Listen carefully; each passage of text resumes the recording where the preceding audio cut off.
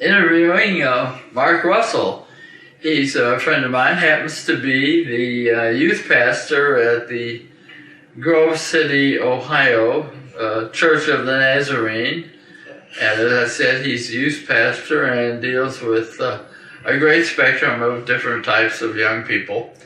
And I thought that he would be a good person to interview as we talk about how technology can be used in the area of kind of designer children, or picking the kind of children you'd like, in contrast to what may occur in a natural sense.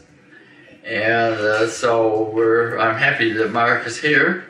And Mark, now we're kind of looking at your ethical beliefs and how that affects your life and where those beliefs came from. So what would you say is when it comes to children, what is one of the aspects, what's one of your ethics as to what's right, and how did you come to acquire that? Obviously, value of the sanctity of life is a big thing for me and my family and my beliefs. Growing up, my dad was a pastor as well, and so my mom, also a godly woman, raised me to believe these things. But it also came a point in time where I had to own those beliefs myself. It couldn't just be mom and dad's beliefs anymore.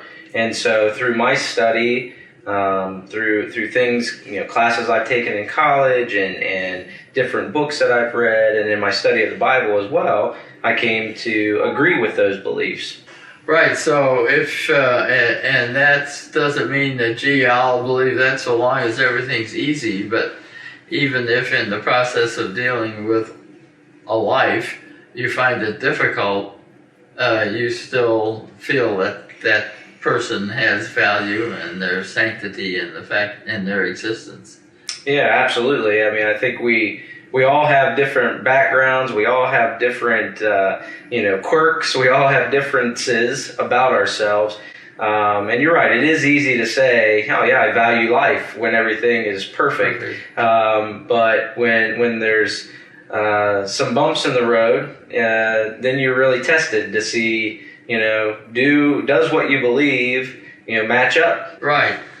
That's right, and that's really important, because the point I've always been trying to make in this series is that we have to be proactive and we have to be strong enough in our belief of whatever we believe is right and wrong.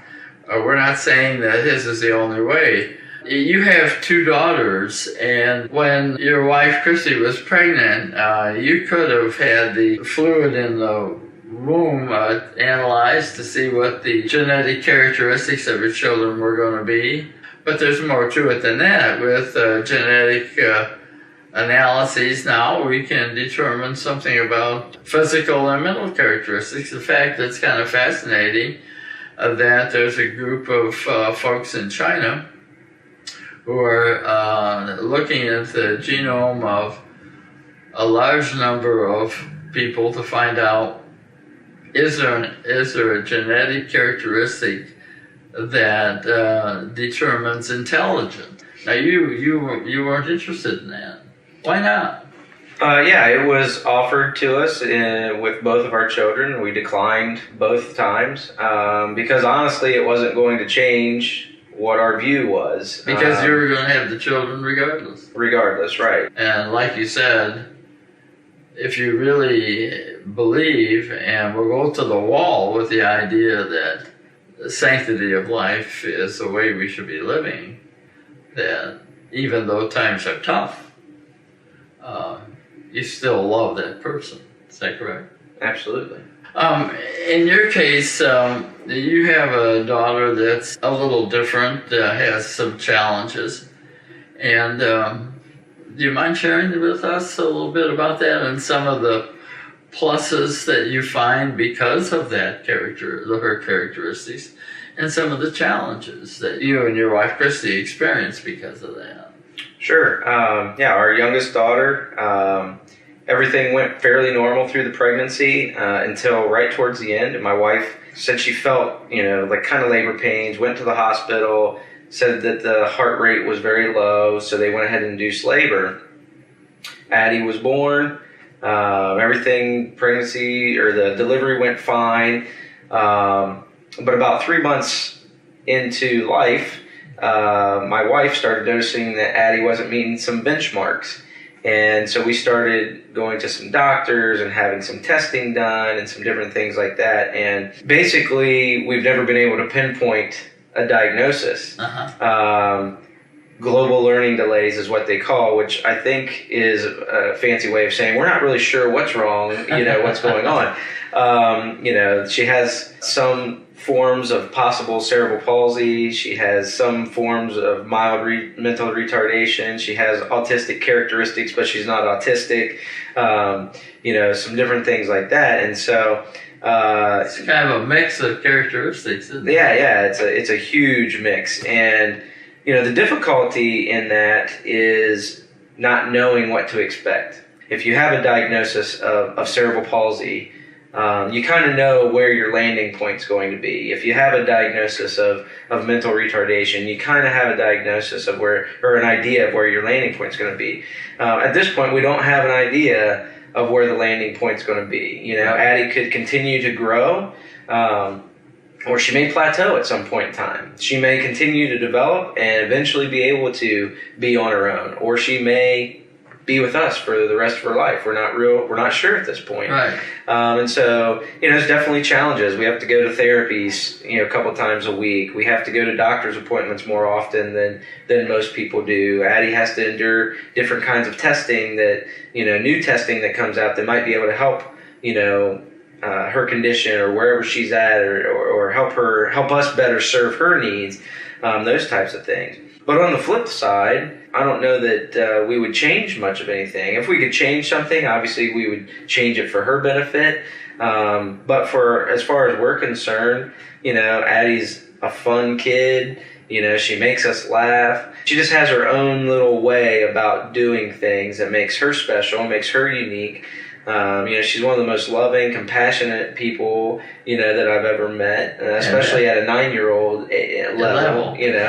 And that's kind of a benefit, not only for you and your family, but for others that know her, right? Right, yeah. So she's playing a role in society, you might say, that's unique. Absolutely. I mean, at school, I constantly get comments, not just from teachers who see her every single day, but from the school secretary that maybe only sees her once a week. People at church that may only see her once a week. And the impact that she has on their life just by being who she is, because I don't think she's blinded by maybe some of the pretenses that that a normal 9-year-old starts to say, oh, I have to be this certain person, or I have to answer a certain way. She's really more herself, isn't she? Right. And the value of that, really, thinking about it, is the fact that we can be ourselves and still be accepted. Oh, yeah. And chances are you might even find you're more accepted if you're truly yourself than trying to be something you think others want you to be. Sometimes we can get caught up at this idea of everything has to be perfect. Right. My house has to be in perfect order. My children need to be perfect. My children, if they do something at school, that's a reflection on me. Right. Those types of things. And, sometimes you just, in the situation we live in with Addie, sometimes you just sit back and go, all right, this is okay. Yeah, it's going to be all right.